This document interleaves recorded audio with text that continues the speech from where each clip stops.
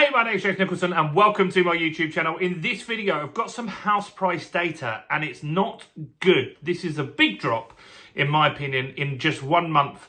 And it shows that the market could be shifting towards a downward trend. Now, we've had a very, very busy start to the year. In January, February and March, there were 500,000 house purchases that went through. How busy is that compared to what we expect for the rest of the year? Well, the next 9 months, we're only expecting another 500,000. So we're going to see a marked slowdown. So in this video, I'm going to talk about what are average house prices at the moment. We break it down on a regional basis as well. And you're going to be surprised at some areas that have had some really big growth over the last year. Now, if you're new around here and you haven't done already, do subscribe to the channel over there and hit that bell notification. We just hit 40,000 subscribers. Now we're marching on to 50,000 subscribers. And let's get some more views on this video by smashing like, tickling like, doing something to that like button, whatever it is that you need to do. And then share the video, WhatsApp it, email it, or Facebook message it to someone because I'm sure they could know and need to know what's going on in the property market. So, who's this data from? This is from Halifax, the lender. And so I give you various different data sources on this channel. We give you the Office of National Statistics. They do data once a month. We give you the nationwide data. They, in their data, saw house prices as flat in March. We look at the Rightmove asking prices, and I think that's important data as well, because that gives us the market sentiment. If you're seeing asking prices drop significantly, then we know that we're going to have some sold prices drop at some point in the summer now.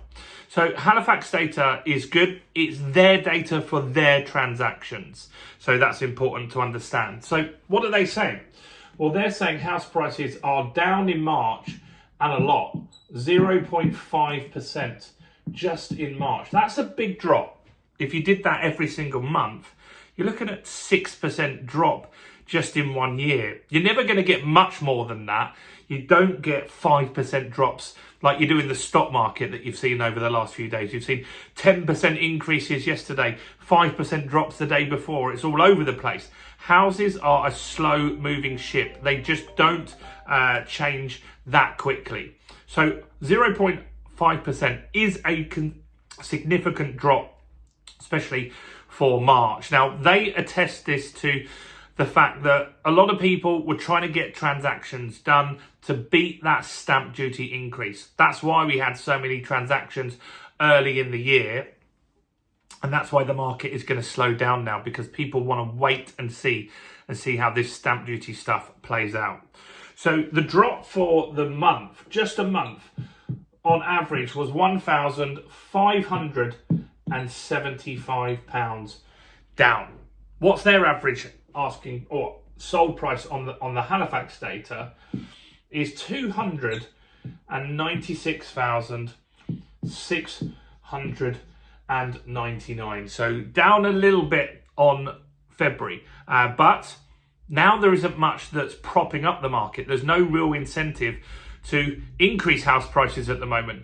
You've got a little drop in interest rates that we've just had this week. We've got 5 lenders that we talked about yesterday in yesterday's video. Go and check out that. 5 lenders there cut rates. Others could do the same because of the tariff war, the uncertainty, the likelihood that we're going to go into a global recession. So that's something we've got to keep an eye on. But there's not really much incentive to do a transaction at the moment. And so because of that, Halifax and lots of people are saying the market could either flatline or start to decline. When I'm looking at deals at the moment, of course I'm going to put a cheeky offer in, as should you, because that is going to help you secure a property at below market value. If there's 10 sellers in the market, there might be 9 of them that are going to be very rigid and want to keep the price where it is, and they're not desperate to sell, so they will hold out.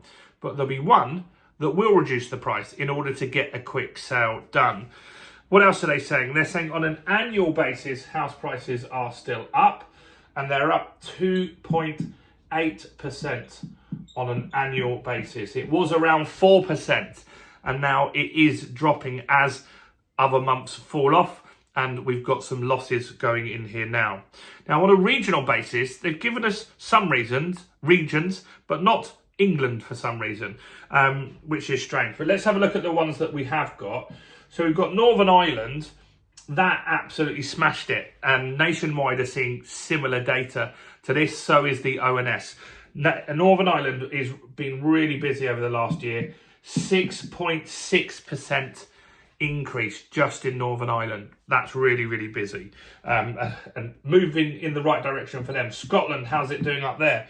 4.3% as well, so beating the average here. And Wales is up 3.7%. So look, house prices in those sorts of areas are doing very well, but they did give some data for London as well. And London's really slow. London house prices are up 1% on an annual basis. That is meaning in real terms, because inflation's higher than that, London house prices have actually got cheaper if you take into account inflation over the last few years. And that is what we're seeing. There is a ceiling in prices in London.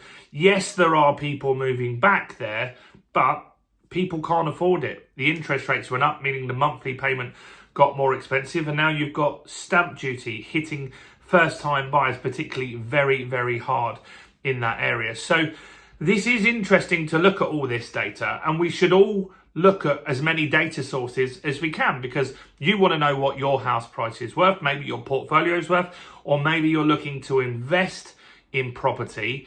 It's good to really understand what lenders are seeing. Halifax is saying they feel the market is going to be fairly flat in 2025. Some of you might now start to believe that there could be a drop in house prices, and that could be true as well. The real thing that could start some sort of momentum in the housing market is if rates come down faster than we were expecting. That will improve affordability for a lot of people, and if unemployment doesn't suddenly rise. We've still got a tariff war, although it paused temporarily. There are still 10% tariffs on every country in the world from the USA. Stock markets rallied yesterday. They're back down today on the realization that we've still got to contend with those big tariffs that China has to pay to the USA, or importers of Chinese goods at least have to pay. And that is going to impact the global economy. There's no two ways about it. And so we still have uncertainty. You've got 90-day pause.